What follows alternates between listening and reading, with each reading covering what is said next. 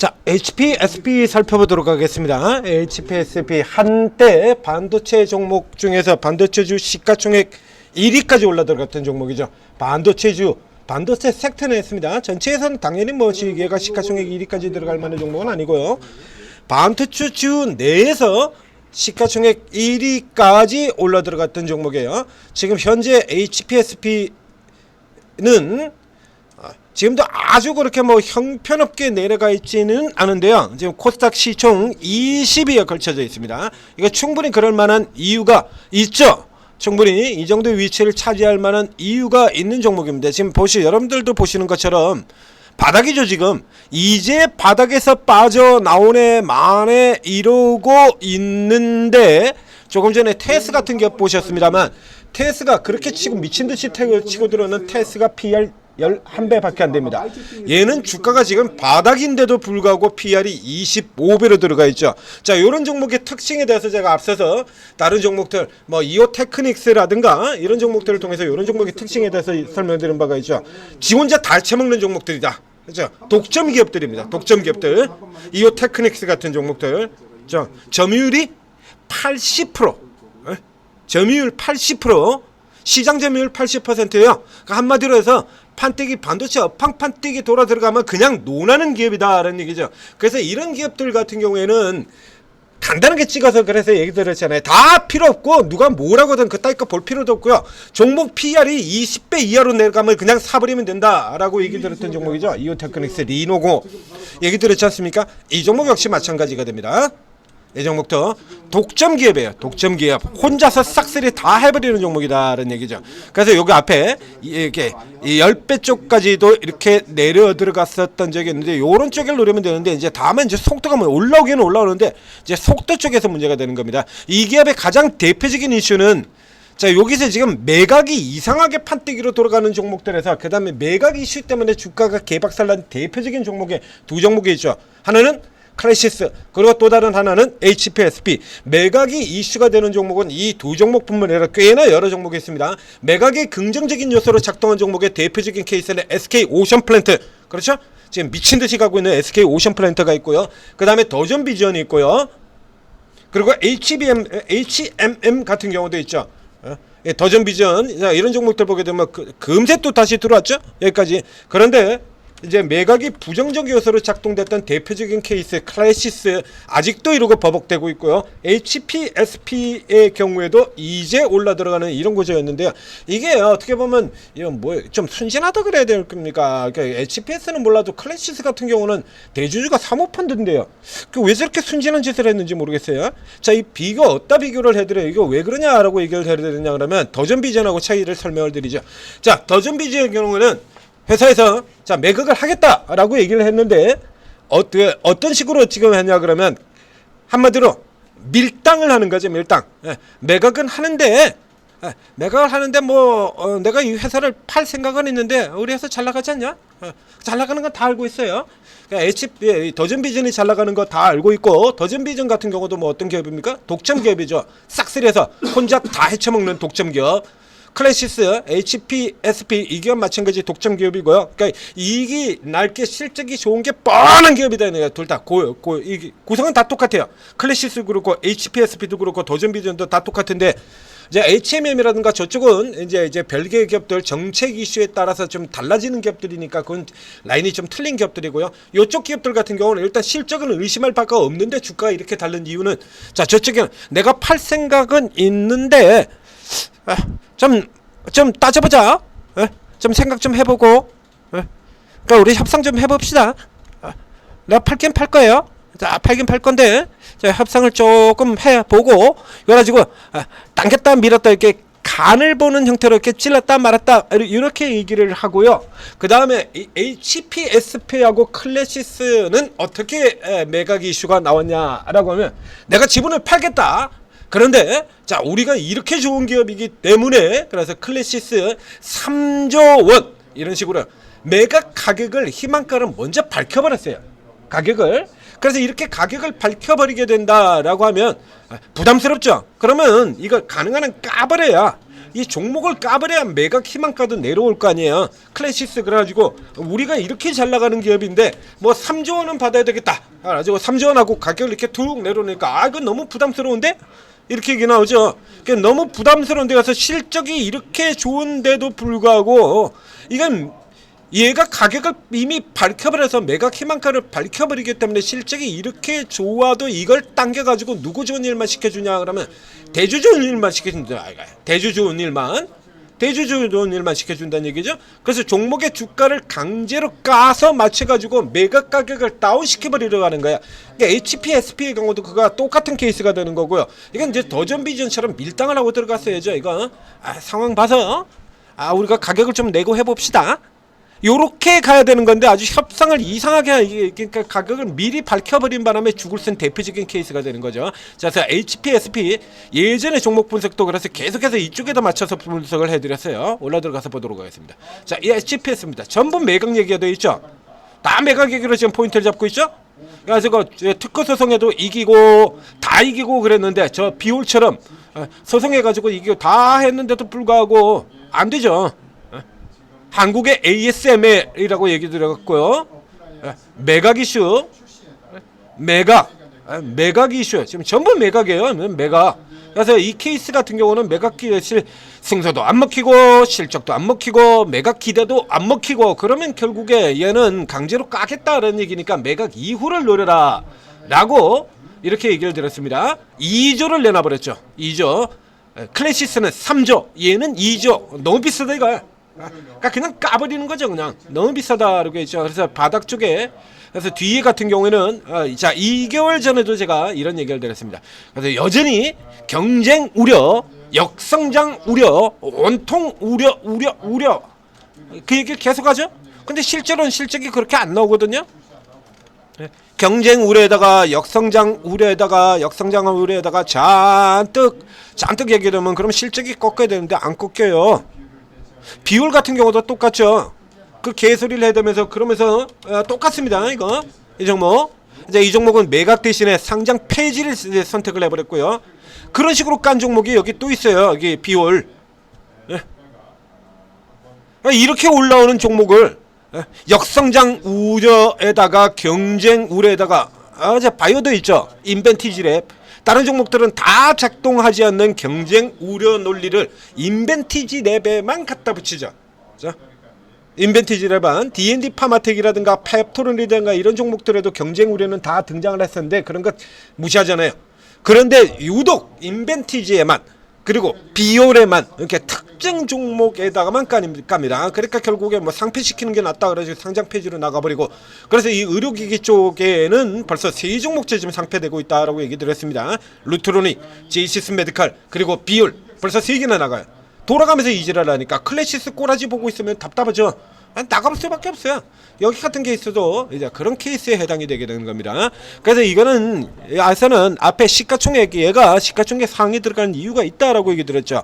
이익률이 반도체 기업인데 이익률 좀 보세요. 이거 이익률이 2022년 53%, 2023년 53%, 2024년 51, 51, 52, 53. 즉 반도체 업황이 돌아들어간 반도체 업황이 돌아들어가지 않아도 실적이 사상 최대. 혼자서 사상 최대 계속 갔죠? 예? 그러니까 반도체 정점 치고 그리고 대부분 꺾여가지고 그 테스 같은 기업들 적자까지 나 들어간 거 심텍 이런 기업들 다 보시잖아요. 적자까지. 이렇게 돌아 들어가도 얘는 독점 기업이라 가지고 타격을 받지 않는다는 겁니다. 독점 기업들 같은 경우 상대적으로 타격을 적게 받죠. 그러니까 수주 떨어지는 목들 그만큼만 받지 이런 종목들이 막 적자로 들어가서 허우적거리고 이런 경우가 없다는 얘기야. 얘 같은 경우도 이렇게 주가 이렇게 실적이 떨어졌는데 안 떨어지죠.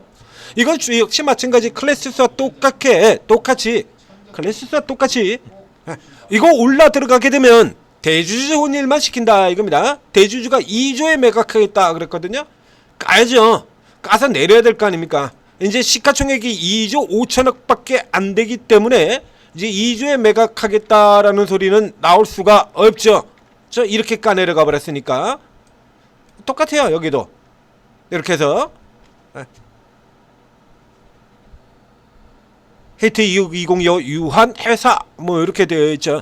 그래서 이 앞에 있는 부분들 같은 경우는 대부분 다 이 매각 단계에서 유리한 고지를 차지하기 위해서 의도적으로 까버린 셈이 된다는 얘기입니다. 그래서 이제 의도적으로 깐 놈들이 있고 자연스럽게 이제 후발로 갈 수밖에 없는 종목들이 있고, 반도체가 이제 이렇게 들어오면 이제 후발 쪽에 있는 종목들 계속해서 체크를 해드려야죠. 차례대로 나가고 있습니다. 그래서 TCK 같은 경우 앞서서 나갔고요. 지금 매일 이렇게 뒤에서 나오는 종목들을 추천을 드리고 있는 거예요. 자, TCK 나왔었고요. 위에 들어갔죠. 자, 그리고 그 다음에 동진세미캠에 들어갔었고요.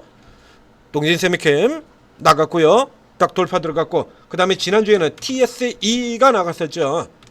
TSE 같은 종목이 나왔었고요. TSE도 역시 마찬가지 그대로 쭉 치고 나옵니다. 가장 쉬운 종목들 같은 경우 유진테크 같은 경우는 뭐 이런 종목들은 벌써 저 앞에서부터 추천 다 나간 종목이고요. 이제 요 다음 단계 쪽에 저가 쪽을 따지겠다라고 하면 바로 이 HPSP 같은 종목에 해당이 되고요. 그 다음에 완전 저가는 아니지만 후발로 자동으로 무조건 따라갈 만한 종목이 있죠. 여기 GST 같은 종목들 이런 건 뭐 일단 뭐 거의 따라 들어간다라고 보면 되겠고, 그러니까 이제 호발 쪽에서 치면 TCK, TSE 이쪽 메이저급 쪽에서는 이제 가장 싼 종목 쪽으로 여기 HPSP를 볼 수가 있겠습니다. 이거 보시는 것처럼 나머지들 돌아가면 자동으로 돌아 들어가는 거예요. 이제 밸류에이션 부담이라는 게 있죠. 그 다음에 매각 부담이 있기 때문에 요 종목의 경우는 굉장히 여전히 적극적으로 들어가기는 힘들다는 얘기입니다. 저 앞쪽에서 얘기하는 것처럼 늘 나오는 얘기지 않습니까?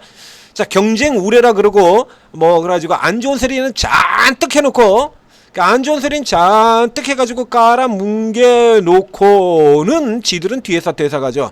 그래서 그렇게 나쁘다 그러면서 니들은 왜 사냐 그런 얘기 했지 않습니까? 그렇게 나쁘다 그러고 뒤에선 다 사 들어가고요. 저가에서는 이거 저 앞에서 다 나왔던 거죠. 실리콘2 운이 무려 그래가지고 개패드게 쳐가지고 박살내고 뭐 아마존 매출이 빵원 이따위 소리를 해놓고 현대 이게 굉장히 많지 않습니까? 여러분들한테 얘기 들었던 거 실리콘2 케이스 가장 자주 나오는 거죠. 현대 로템 같은 경우도 마찬가지고요. 미국에서 국방 예산 삭감한다. 미국에서 국방 예산 삭감하는 거하고 현대로템하고 무슨 관계가 있어? 현대로템은 미국에다가 K2 수출하는 것도 아닌데 여기도 마찬가지죠. 애초에 얘는 자기 스스로 유통을 하는 회사이기 때문에 아마존에다 갖다 맡길 이유가 전혀 없거든요. 아마존 매출이 빵원이다 이지랄을 하면서 까서 뭉겼죠. 운임 때문에 그렇게 깔아 뭉겼고, 배로 수출하는 회사가 얘 하나밖에 없어? 아마존 매출이 빵. 원래 구조적으로 아마존에다가 매출을 할 이유가 없는 회사거든요. 이런 걸 핑계를 가지고 주가 부셔놓고는 그리고 어떻게 했어요? 뒤쪽에서 다 샀죠. 이렇게 주가 때려가지고 때려갔다가 부셔놓고 그리고 뒤에서 받아가지고 이러고 쳐돌리지 않습니까? 여러분 다 따돌리고 돌아가겠다라는 그런 구조였죠. 이 HPSP 같은 경우도 마찬가지예요. 근데 앞에서 이제 이 종목은 집어라 절대 개줄 리가 없으니까요. 어느 정도 올라 들어가게 되면 여태 이렇게 시컷 눌러놓은 거 이거 꽝 되지 않습니까? 밸류에이션도 상대적으로 굉장히 높고요. 바닥이라고도 앞에 보는 것처럼 25배나 됩니다. 그러니까 이익률이 뭐 압도적인 종목이기 때문에 굉장히 높아요. 그래서 이 종목의 경우는 이제 데드캣 바운스 라인 이 라인을 이제 빠져나가는 거죠. 여기서 여기까지 그저 저 위까지 노래 이렇게 표시가 되어 있었는데 여기까지는 안 되고요. 요 정도 앞서서 나왔던 수준 직전 고점 라인은 요 정도까지 빠르게 따라 들어가는 요 정도 형태로 살펴보인다라는 얘기죠. 자, 그래서 지금 같은 경우는 데드캣 파이낸스 직전 고점 자리입니다. 여기서 곧바로 치기가 들어가실 필요는 역시 마찬가지 없고, 뒤에서 들어오는 종목이 얘 하나겠으면 모르겠도 앞에도 보여드렸잖아요. 뒤에서 따라 들어오는 종목들 여러 개의 종목들이 있죠. 자, 그래서 이제 여기서 한 템포 이렇게 쉬었다가 도로 이렇게 빽 해가지고 완전히 후퇴해버리면 안 되고요. 지금 지금 반도체 상황은 후퇴할 상황도 아니긴 합니다만, 자, 여기 들어갔다가 하루 정도 이렇게 쉬었다가 다시 빠져나올 거예요. 요때 붙여서 여기까지 따라붙는 형태로 요렇게 거래를 하시면 되겠습니다. 자, 천재투자TV 구독, 좋아요 눌러주시고 지금 장이 시작이 됐죠. 자, 이렇게 해서 오늘도 오르고에 계신 24분의 전문가분들이 자, 여러분 수익을 내드리기 위해서 쉽게 빠르고 강하게 수익 내서 지금 종목들이 막 쏟아져 나오고 있다라는 얘기입니다. 자, 오르고에 들어가셔. 일단 쭉 다 들어가세요. 그냥 쭉. 그러니까 전문가들은 이 각각의 스타일 성향이라는 게 뚜렷하게 있습니다. 개인 투자자 여러분들은 대부분 그런 거가 없거나 혹은 아예 자기 스타일 자체를 모르는 분들 투성인데요. 평균 보유기간이 일주일도 안 되는 분이 자기 스스로 굳건하게 중장기 투자자라고 믿고 있습니다. 평균 보유기간이 일주일도 안 되는데 중장기 투자자라고 거침없이 얘기를 하죠. 자기 생각에는 중장기라고 생각을 하나 봐요. 일주일이. 그러면 대부분의 종목을 단타로 다 하루 장중에 처리해버리기 때문에 그러면 일주일이면 중장기 투자가 될 수도 있겠죠. 이런 식으로 착각을 하고 있다는 얘기예요. 그러니까 여러분 스스로가 개인 투자자의 경우는 자기 성향 자체를 모르는 분들이 타반이다. 이게 다 들어가세요. 그냥 어차피 어느 쪽이건 이익만 나면 되는 거 아닙니까? 이익 나면 전 그래서 최근 같은 경우는 세력 판때기 돌아 들어가는 거니까 잡주고 뭐고 간에 선명하게 당기겠다라고 표시 나오는 종목들 같은 경우 그냥 들어가라고 얘기 드렸잖아요. 들어가서 대신 먼저 내려오기만 하면 된다. 그래서 한계를 짚어드리죠. 그 한계를 짚어드려서 그래야 한계를 알아야 내릴 때 쉽게 빠져서 내려올 수 있으니까 엉뚱한 생각만 하고 있으면 못 내리잖아요. 그래서 이제 잡주들도 들어가라고 이렇게 계속해서 설명드렸지 않습니까? 그렇죠? 전문가들 스타일이 다 틀리다 이거야. 재료주 매매하는 분도 있고 테마주 매매하는 분들도 있고 세력주 매매하는 분들도 있고 급소 매매하는 분들도 있고 이렇게 저가 우량주 상대적으로 저평가되어 있는 종목들만 골라서 들어가는 분들도 있고 스타일이 다 틀려요. 그렇다면 여러분들 같은 경우 일단 다 들어가신 다음에 우선 전문가가 어떤 스타일인가 이거부터 파악을 하셔야 돼요. 그러니까 뭐 지금 추천주 막 그러지만 뭐 추천주는 방 들어가서 보시면 그냥 매일 한 10여 개씩 쏟아져요. 아침에만요. 아침에만입니다. 아침에만. 아침에도 와르르, 점심에도 왕창, 마감에도 후다다닥 막 쏟아집니다. 너무 많아서 헷갈릴 거예요. 그러니까 일단 여러분들하고 호흡이 맞는 전문가들을 찾아내셔야 돼요. 그리고 전문가별로 어떤 특기를 가지고 있는가 이거 구분을 반드시 해두시고 그래야 장세 성격에 맞춰서 더더욱 이익을 낼 수 있는 겁니다. 자, 그리고 적극적으로 잘 활용하셔서 자 오늘도 성공 투자하시기 바랍니다.